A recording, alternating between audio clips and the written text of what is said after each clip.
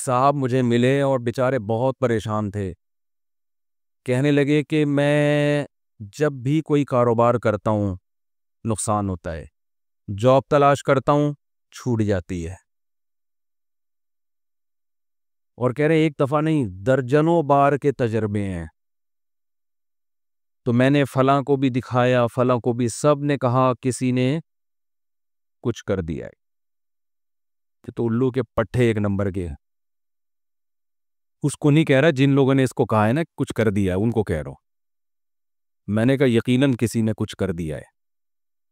कहने आप बताएंगे? मैंने कहा अल्लाह ने कुछ कर दिया है। वो कुछ भी बता सकता हूं। अल्लाह कुरान में कहता है यबसुतुर रिज़्क़ लिमन यशा व यक़बिज़, जिसके लिए चाहता हूं रिज़्क़ के दरवाजे खोल देता हूं, जिसके लिए चाहता हूं तंग करता हूं। तो अल्लाह ने ये कर दिया है। अब ऐसे मौके पे डर होता है अगला कलमा कुफरीना ज़बान से निकाल दे। यार इसका मतलब सारी प्रॉब्लम वहां से आ रही है। ये सारी प्रॉब्लम कहाँ से आ रही है? भाई मशीन ख़राब हो गई ना, मैकेनिक जाता है, वो ट्रेस करता है ये प्रॉब्लम है कहाँ से। वो जब ट्रेस करता है तो कितना खुश होता है ना, अच्छा प्रॉब्लम कहाँ से आ रही है, यहाँ से गैस लीक हो रही है, ये मसला हो रहा है।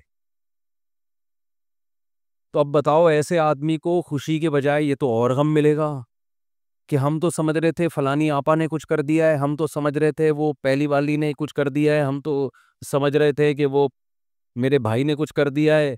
मुफ्ती साहब तो कह रहे हैं किसी ने कुछ नहीं किया, अल्लाह ने किया है सब कुछ। तो इससे टेंशन खत्म होगी या बढ़ेगी? अबे अल्लाह से कौन लड़ सकता है? चलो फलां ने किया था तो हम भी कर देंगे, तो हो सकता है कुछ कुछ मसला हल हो जाए। यहां तो सारी टेंशन किसकी तरफ से आ रही है?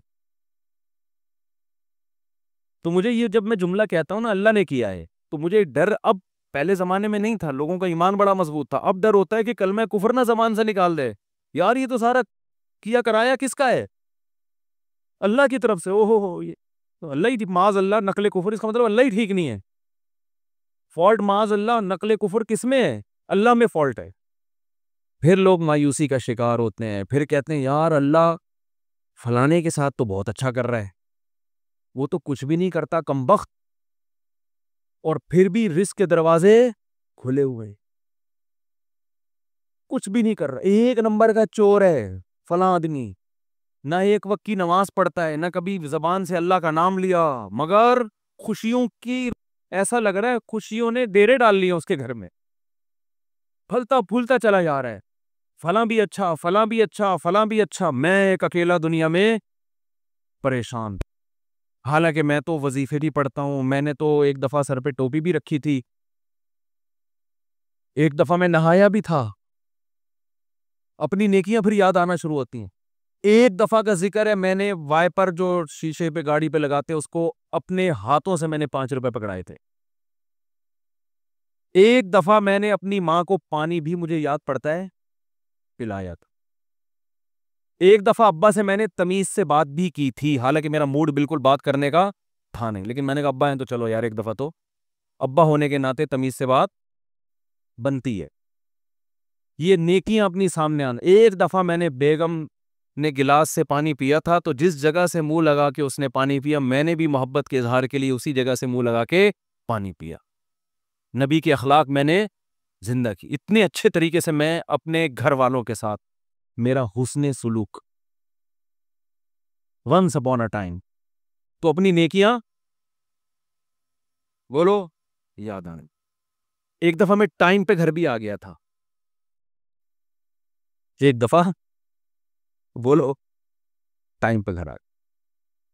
जितनी देर मैं बीवी से शादी से पहले मोबाइल पे बात करता था, शादी के बाद एक दफा मैंने 10 साल में एक दफा उससे इतनी देर फेस टू फेस बात की है, और बर्दाश्त भी किया। तो अपनी नेकियां याद आना शुरू हो जाती। मैंने मस्जिद के डब्बे में एक दफा पैसे डाले थे। तो जब इंसान कहता है यार मैंने तो ये भी किया, मैं तो इतना अच्छा, मैं तो इतना नेक, मैं तो यूं भी, और मेरे साथ टेंशनें ही टेंशनें, और दूसरे कुछ भी नहीं कर रहे, वो तो मस्जिद के डब्बे चोरी करते हुए पकड़े गए हैं। ठीक है ना?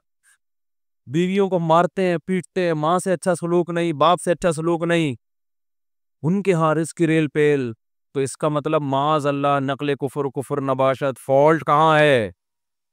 फॉल्ट तो माज अल्लाह अल्लाह में, अल्लाह ही ठीक। वो मुंह से बोल भी रहे होते हैं, पता नहीं अल्लाह को मैं ही मिला हूँ। एक साहब के बच्चे का इंतकाल हो गया, बहुत अरसे बाद उनको औलाद मिली बेचारों को, छोटा बच्चा था उसका, वो अल्लाह ने उठा लिया। गम होता है इंसान को, दाढ़ी भी है, नमाज भी पढ़ते हैं। एक दिन कहने लगे मुझे, यार पता नहीं अल्लाह को मेरे साथ क्या मसला है, अल्लाह ताला माफ़ फरमाए, ऐसी बातें नकल करते हुए भी डर लगता है। कहते नहीं अल्लाह को मैं ही मिला हूँ, कोई औलाद हो ही नहीं रही थी, इतने अरसे बाद दी है तो अल्लाह ने बच्चा उठा लिया। तो ये ये भी हालत होती है लोगों की। तो खूब समझ लो, बहुत अच्छी तरह से बात समझो। यहाँ आपसे चंद टेक्निकल किस्म के फॉल्ट अल्लाह में नहीं है, फॉल्ट किस में है? फॉल्ट आप में है। आपने अपने आप को जमीन का बाप समझ लिया है। आप पे आपकी मर्जी बिल्कुल भी नहीं चले, ये अल्लाह को बिल्कुल भी पसंद नहीं है कि आप पे आपकी मर्जी चले। अल्लाह कह रहे अब तो रिस्क लिमन यशा, जिसके लिए मैं चाहूंगा रिस्क के दरवाजे खोल दूंगा। ये नहीं कि जिसके लिए आप चाहोगे। आप कह रहे हो यार वो चोर उचक्का, और वो तो 2 नंबर आदमी, और वो तो मेहनत भी नहीं करता, उसके लिए दरवाजा क्यों खुल रहा है? भाई वो उसके चाहने से नहीं खुल रहा, वो किसके चाहने से खुल रहा है? वो अल्लाह के चाहने से खुल रहा है। और आप इतनी मेहनत कर रहे हो और इसका दरवाजा नहीं खुल रहा, तो वो इसलिए नहीं कि वो चाहता है कि आपके पास पैसे ना आए, या फलाने ने बंदिश लगा दी, या फलाना, वो ये अल्लाह नहीं चाह रहा आपके पास आए। अब या तो अल्लाह से लड़ लो। भाई अगर कोई पैसे आपके पास लेकर आ रहे हैं, वसीम भाई दरमियान में डब्बा, नोटों का डब्बा छीन के भाग गए, वो पैसा आप तक आने नहीं दे रहे, तो आप किससे लड़ोगे? वसीम भाई से लड़ोगे। जो रुकावट बन रहा है उससे लड़ोगे ना। तो क्या अल्लाह से लड़ सकते हो? बोलो ना भाई, क्या हो गया? सामने आप गिड़गिड़ा सकते हो। अब मसला ये होता है, लोग कहते हैं हम तो गिड़गिड़ा के भी हमने देख लिया, फिर भी। बोलो ना भाई, क्या हो गया यार, बोल के लिए रखे, फिर भी गिड़गिड़ा भी लिया। 27वीं रात को भी मैंने मस्जिद में एक दफा गया था, मैं रो रो के दुआ मांगी है, इमाम साहब से भी दुआ का कहा, इमाम हरम से भी कह दिया, जेबे दिखा फिर तो मोबाइल पड़ा हुआ है, कह रहे पैसा, फिर भी नहीं आया, मुझे बिल्कुल भी पसंद से। वो कहते हैं फिर मुझे, हमें ये तरीका बिल्कुल भी पसंद नहीं आया। तो भाई आप अभी तक अपने आप को अल्लाह का गुलाम समझ ही नहीं रहे हो। एक्सक्यूज मी सर, मैं उनसे क्या कहता हूँ, आप अपने आप को अभी तक समझ ही नहीं रहे हो। देखो, चंद चीजें पैदा करनी पड़ेंगी आपको, उसके बगैर आपको बात समझ में आएगी नहीं। पहली बात, जिसके पास बहुत दौलत है ना, खुशहाली है, उसको खुशकिस्मत समझना छोड़ दो। समझ रहे हो? ये जो उस पे रश आ रहा है हाय, क्योंकि लोगों को एक गम ये है कि मेरे पास पैसे नहीं है, एक गम ये है कि फिर जब मेरे पास नहीं तो पूरी कौम के पास नहीं होने चाहिए ना। दूसरे के पास पता नहीं कहाँ से आए चले आ रहे हैं। अपने दोस्तों पे बैठते हैं ना, वो कहते हैं यार हमारा अफगानिस्तान का वीजा नहीं लग रहा, इसका ठक करके अमेरिका का वीजा लग गया पहले इंटरव्यू में, हमारा बांग्लादेश का नहीं लग रहा, और ये ठक करके। ऐसे भी होता है, लोग एम्बेसी जाते हैं जॉब के, वो अमेरिका जाना चाहते हैं और ऑस्ट्रेलिया जाना चाहते हैं, लाइन में खड़े हुए हैं, फेल। दूसरे की ना कोई बैंक स्टेटमेंट, ना कोई, ऐसे ही वो गया और ठक करके, ऐसे मैंने देखे हैं। भाई अमेरिका एम्बेसी गए, ठक करके वीजा लगा भाई। जो उसको जहाज में बिठाने जा रहे हैं ना, ऐसा रो रहा था कि यार कितना खुशकिस्मत इंसान। सही है ना? एक साहब अपने दोस्त को जहाज में बिठा कर है, उसका अमेरिका का वीजा मिल लग गया। उसकी 3 दिन तक नींद नहीं आई है उसको, इस गम में कि यार इतने खुशकिस्मत इंसान और मैं कितना बदकिस्मत। अपने बारे में वो ये सोच रहे हैं, वो ये समझते हैं कि अमेरिका में कब्रिस्तान नहीं है, जो अमेरिका जाता है वो अमेरिका ही रहेगा, वो कब्र में। तुम अगर अंजाम देख लो ना, तुमको यहाँ कुशादा कब्र तुम्हें सस्ते में मिल जाएगी, वहां कब्र बहुत महंगी है मेरे भाई। बहुत, यहाँ जनाजे में हजारों लाखों लोग आएंगे, वहां वहां बहुत थोड़े लोग होंगे। फिर दारुल इस्लाम में मौत का अपना मजा है भाई। ठीक है आप जाएं कमाएं, लेकिन मरना यहीं पसंद करो। इसकी बड़ी वैल्यू है कि आप दफन कहाँ हो रहे हैं। लोग क्यों मदीना में मरना पसंद करते हैं? इमाम मालिक, भाई नबी के शहर से जनाजा उठे तो नबी के शहर से नहीं, इस्लामी मुल्क से ही उड़ जाए। मैं ये नहीं कह रहा जो वहां मर रहे हैं गलत कर रहे हैं, वो तो जहां भी मर जाओ वहीं दफन हो जाओ, लेकिन एक फजीलत की बात बता रहा हूँ, कोशिश किया करें अपने कंट्री में ही मरा करें। अभी तो फिलहाल हम जिंदा रहने की कोशिश कर रहे हैं, गवर्नमेंट चाह रही है कि हम इस्लामिक कंट्री में ही मरें, लेकिन जब मरने का टाइम आए तो कोशिश करें कि अपने कंट्री में मर लें। तो अब मुझे पहली बात तो ये दिमाग से निकाल दो कि जिसके पास बहुत दौलत है, बहुत खुशियां हैं, चाहे वो दौलत या उसकी सेटिंग कामयाब हो गई, आपकी वाली से उसकी हो गई, ये भी तो होता है ना। तो ये दिमाग से निकाल दो कि वो बहुत खुशकिस्मत है। ये आपकी बहुत बड़ी भूल है। खुशकिस्मती का इससे कतअन कोई ताल्लुक नहीं है, कोई ताल्लुक नहीं। कारून से फिर तो ज्यादा खुशकिस्मत कोई था ही नहीं। क्या ख्याल है? अगर ये इसके पैसे आने से, फिर तो हमारे साबिक सदर दुनिया के कामयाब तरीन इंसान, हम सबको वैसा बनना चाहिए।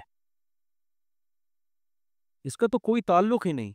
फिर इसका मतलब ये हुआ कि फिरौन बहुत खुशकिस्मत था और मूसा माज अल्लाह बहुत बदकिस्मत थे, क्योंकि फिरौन तो मूसा अलैहिस्सलाम को यही ताने देता था कि इनके पास तो ना सोने के कंगन, ना इनके पास बागात हैं, ना इनके पास प्रॉपर्टी है, ना इनके पास महलात हैं, खाने पीने को तो ये मोहताज हैं। बेरोजगारी क्या, 10 साल बकरियां चराई हैं। आज का कोई बेरोजगार बकरियां थोड़ी चरा रहा है जो वो खुदकुशियों की तरफ जा रहा है। 10 साल मूसा कलीमुल्लाह, उस वक्त मूसा अलैहिस्सलाम से बड़ा रूए जमीन पर कोई शख्स नहीं था, अल्लाह को इंतहाई महबूब, मगर काम क्या कर रहे हैं? बकरियां लेके सुबह सुबह रेवड़ दे के निकलते हैं, पहाड़ों में जाते, शाम को वापस, और अपना कोई जाती घर नहीं, ससुराल में रह रहे हैं। एक रूम दिया हुआ होगा उन्होंने कि भाई ये बकरियां चराने के लिए हमने इनको रखा हुआ है, क्योंकि जिन बुजुर्ग के घर रहते थे उनका बेटा नहीं था ना कोई, तो मुलाजिम रखा, बतौर मुलाजमत के रहे हैं। नहीं आ रही मेरा ख्याल है बात। और बकरियां चराना आसान नहीं है, हमसे पूछो। 3-4 बकरियां हमने रखी हुई है, वो जो टेंट जिसको कोई गम ना हो बकरियां पाल ले। हकीकत बता रहा हूं आपको। खिलाओ पिलाओ, जब दूध निकालने की बारी आती है तो ऐसा तकब्बुर, अबे हमारा खा के हमें ही नहीं खिला रही यार। मैंने एक दफा बकरी का दूध निकाला बड़ी मेहनत से ना, पूरी जब बाल्टी, बहुत दूध जमा हो गया था, बाल्टी भरी है, जैसे ही मैं उठने लगा बकरी ने टांग उसके अंदर पूरी। ले भाई, हमने कहा तुम ही पी लो भाई। 10 साल क्या काम किया है? अपने माँ बाप से दूर, अपने बहन भाइयों से दूर, मदियन में बेरोजगार, एक रोजगार मिला है और वो भी कितना टफ। और मूसा की पर्सनैलिटी देखो, ये वो है जिसके लिए, जिसके जरिए अल्लाह मिस्र में इनकलाब लेकर आएगा, और जिसका जिक्र आसमानी किताब कुरान में सबसे ज्यादा करेगा, नाम ले लेके। कुरान में जितना मूसा का नाम इस्तेमाल हुआ इतना किसी का नाम इस्तेमाल नहीं हुआ। काम क्या हो रहा है? बकरियां चरा रहे हैं। तभी जो सूदी बैंक में जॉब करते हैं ना, हमारे हजरत से एक साहब ने पूछा कि ये सूदी बैंक में जॉब छोड़ दें तो इतने लोग क्या करेंगे? क्या फरमाए, रक्शे चलाएं, टमाटर बेचें। वो कहता नहीं, मैं टमाटर क्यों बेचूं? आपने ये खुद अपना एक मैयार बनाया हुआ है कि मैं इस लेवल का आदमी हूं। ये आपका ये अल्लाह ने नहीं बनाया आपको। हलाल हराम कमाने पर की आपको इजाजत नहीं है। बेशक आपको रक्शा चलाना पड़े, बेशक आपको गोलगप्पे बेचना पड़े, बेशक आपको टमाटर बेचना पड़े। ये आपकी अपनी थिंकिंग है कि टमाटर बेचने वाला नाकाम और दुनिया का पस्तरीन इंसान। ये आपका खुद साख्ता नजरिया है। अल्लाह की नजर में ये नजरिया काबिल कबूल नहीं है। ये तो आपने अपने लिए मुतयन किया कि मुझे जी ऐसी गाड़ी चाहिए, जैसे मैं बैंक में मैनेजर था ना, ऐसे ही जॉब जब मुझे मिलेगी 3 पीस सूट टाई में, मैं गाड़ी में बैठ के किसी कंपनी में जाऊंगा और इतनी ही तनख्वाह मिलेगी, तो इसका मतलब मुझे हराम का मुतबादिल मिल गया। तो वो तो मुतबादिल मिल गया, अब क्या है? वो तो किसी को भी मिल जाए तो वो छोड़ देगा। ऐसा नहीं है। आपको हराम की तरफ जाने की इजाजत, बोलो, नहीं है। टमाटर बेचने पड़े आपको, ये तो आपने खुद मुतय्यन किया है। तो पहला तो आप जिसके पास दौलत है उसको खुशकिस्मत समझना खत्म कर दें। ये बहुत बड़ी मैं कहता हूं ये इतनी बड़ी बेवकूफी है ना कि जिसको पता है मौत भी है आगे, मुझे लोग 50-50 साल में आके बता रहे होते हैं मेरी इतनी प्रॉपर्टी, में कहता हूँ तेरी जिंदगी कितनी बची है यार, 10-20 साल तो ठक ठक ठक गुजरते हैं। अभी मुझे याद है मैं यहाँ मिंबर पे बैठा था 2011 में बयान कर रहा था, कल की बात लग रही है, और अब क्या आ गया 2021। तो इन 10 सालों में मेरा अपना बंगला हो या ना हो, किराए के घर पे रहूं या बकरियां चलाऊं, इसमें क्या क्या फर्क पड़ता है? 10-20 और रह गए होंगे अगर हम, गवर्नमेंट तो कोशिश कर रही है इसी साल मर जाए हम सब, लेकिन हम बहुत जोर लगा लेंगे जिंदा रहने की, जिम विम चले गए, बकरियों का दूध पी लिया, वेट लिफ्टिंग कर ली, घुड़सवारी कर ली, यार कितना निकाल लोगे? बहुत। और अल्लाह की मदद भी शामिल हाल रही, वरना अल्लाह ना चाहे तो आप जितने वही जो जिम उठा रहे हो ना, वही वो आपकी जिम में कितने लोग मरे हैं, यूं उठा रहे थे जंजीर, वो बेटी टूट के धाम से सर पे गिरा, चलो भाई। जो चीज जिंदगी का जरिया थी वही अल्लाह ने मौत का सबब बना दी। कितने लोग मरे हैं इस तरह से, वर्जिश करते हुए मरे हैं। जो चीज डॉक्टर ने टीका लगाया ताकि बच जाइए, वही टीका रिएक्शन कर गया, मर गया बंदा। तो कब तक लड़ोगे भाई?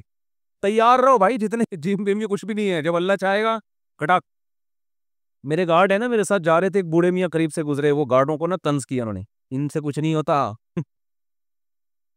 अल्लाह मारना चाहेगा वैसे ही मार देगा। बात सही है, लेकिन इस मौके पे ठीक नहीं है। हर सही बात हर मौके के लिए नहीं होती। आप डॉक्टर के पास इलाज के लिए जा रहे हैं, टीका लगा रहे हैं वो आप, और टीका लगाते हुए कह रहे हैं लगा तो दूंगा लेकिन जब अल्लाह मारना चाहेगा तो मरेगा, इससे कोई फायदा नहीं होगा, फिर लगा क्यों रहे टीका उधर उधर? तो असबाब तो इख्तियार करने हैं ना, ये तो अल्लाह का हुक्म है। दो इंतहाएं हैं, कुछ लोग असबाब की नफी कर देते हैं, कुछ ऐसा असबाब को बाप बना लेते हैं कि अल्लाह से नजर बिल्कुल ही हट के, वो समझते हैं अल्लाह तो है ही नहीं। तो सबसे पहला मसला यह है कि जिसके पास पैसे हैं, अच्छा रोजगार है, उसको खुशकिस्मत समझना, बोलो छोड़ दें। क्योंकि वो खुशकिस्मत होता तो फिरौन खुशकिस्मत था, कारून खुशकिस्मत था, मूसा कलीमुल्लाह मिस्कीन, और मोहम्मद सल्लल्लाहु अलैहि वसल्लम सबसे बड़े मिस्कीन। हमारे नबी के घर में तो 40-40 दिन चूल्हा जलने की नौबत आती नहीं थी। लेकिन इस जहां का सरदार अल्लाह ने किसको बनाया? सैयदुल अंबिया मोहम्मद सल्लल्लाहु अलैहि वसल्लम। तो ख्वाहिशात की तकमील हो जाना ये बिल्कुल भी इसकी अलामत नहीं है कि आप क्या हैं, खुशकिस्मत। यूसुफ अलैहिस्सलाम की जवानी जेल में गुजर गई, याकूब अलैहिस्सलाम की जवानी सारी रोते रोते गुजर गई, खुशकिस्मत थे, पूरी पूरी सूरतें नाजिल हुई हैं उनके ऊपर। दूसरी बात, दूसरा काम क्या करना है, वक्त पूरा हो गया, जल्दी से समेट रहा हूं बस। दूसरा काम ये करना है कि दुनिया को मुसाफिर खाना समझना है और अपनी जरूरतों को महदूद। जरूरतों को क्या करना, जब तक मुसाफिर खाना नहीं समझोगे तो फिर जरूरतों की फहरिस्त बहुत, फिर बहरिया टाउन पूरा भी आ जाएगा ना, कम है। कुछ भी नहीं होता भाई बहरिया टाउन में प्लॉट मिलने से, इतना नहीं मुसल, कोशिश करो मिल जाए, अच्छा है। नहीं मिला कुछ भी नहीं है, वो बहरिया टाउन का मालिक मर जाएगा थोड़े दिनों में। ऐसा ना थोड़ी मर के मेरे ऊपर ढालने के, इसको किससे पता चला? तो मतलब ये कि चंद साल में मरेगा ना वो। भाई बहुत लोग पकड़ते हैं आजकल बातों को, अल्लाह ना करे अल्लाह ना करे वो मर गया तो लोग बोलेंगे इन्होंने कैसे बोल दिया था थोड़े दिनों में मरेगा, इसका मतलब मारने में इनका भी हाथ है। मरेगा भाई, जो बहरिया टाउन का मालिक है, जो बनाने वाला है, वो थोड़े दिनों में उसका जनाजा उठेगा। तो मेरा और आपका, हम किस खेत की मूली है? हम दो चार प्लॉट लेके यार, मेरी भी बिल्डिंग मेरा प्लॉट, और जिसको नहीं मिल रहा है वो डिप्रेशन में जा रहा है यार। सबसे बदतरीन इंसान अल्लाह की नजर में वो है जो दीवारों और ईंटों से दिल लगाए। ये बात, ये बता दूं, ये पैगंबरों की तालीमात है। सबसे बदतरीन अल्लाह की नजर में वो है जो दीवारों और ईंटों से दिल लगाए। क्योंकि जो बाकी जितनी चीजों से दिल लगाओगे ना, वो इस्तेमाल हो जाती हैं। खरबूजे से दिल लगाओगे खा के, मजा मजा आएगा और दिल भर जाएगा, कितने खरबूजे खा लेगा आदमी।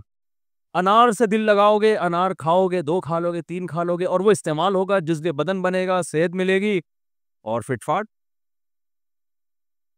आपकी जिंदगी वफा करेगी। ये लज्जत ऐसी है जो कैश करा लोगे आप। यानी जिंदगी में इसका फायदा उठा लोगे।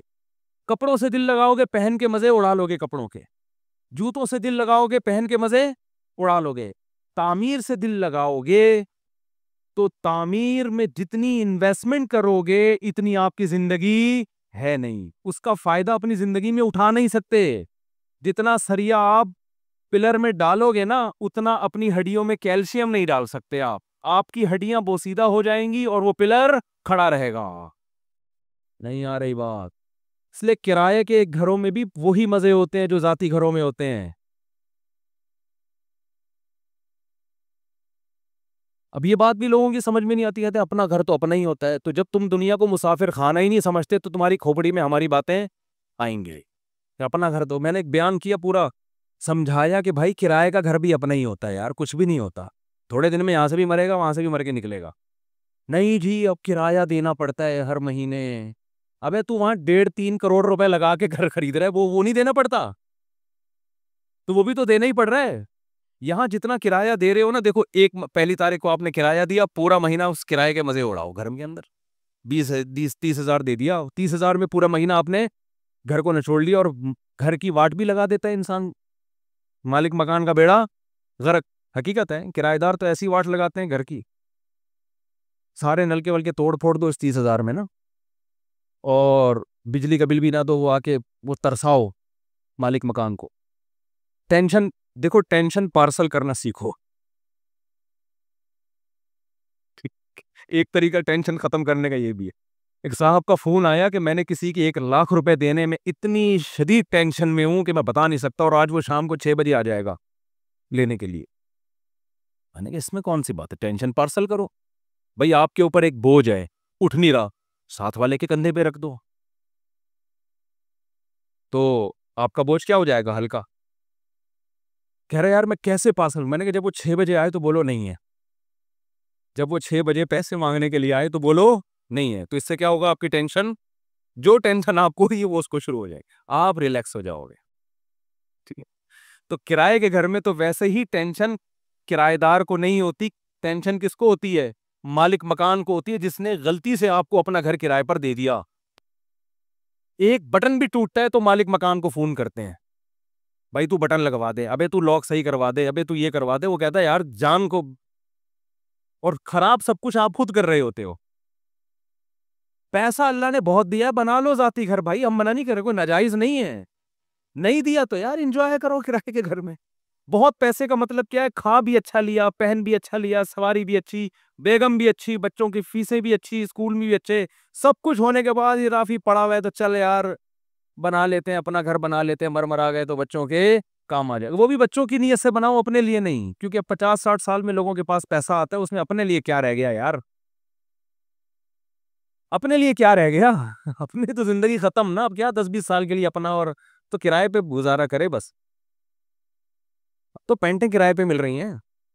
देखो दूल्हा जब शादी में रुखसती होके जाता है ना, उसको अच्छी गाड़ी चाहिए होती है, तो ये नहीं कि अब बैंक से रुखसती के लिए गाड़ी निकलवा रहा है, वो रेंट कार वालों को फोन करता है यार इधर अच्छी सी गाड़ी जो है ना, फूल वूल चमक पट्टियां लगा के जरा भेज दे यार। तो वो कहता है ये पैसों से खरीदो कैब है, एक रात की बात है यार, दुल्हन को यहाँ से वहां पार्सल करना है, तो मैं एक रात के लिए 25 लाख 30 लाख की करोला खरीदूं, मैं पागल थोड़ी हूं। तो यही घर में भी सोच लिया करो, 10-20 साल की बात है यार, वो भी अगर गवर्नमेंट से बच निकले, ठीक है ना।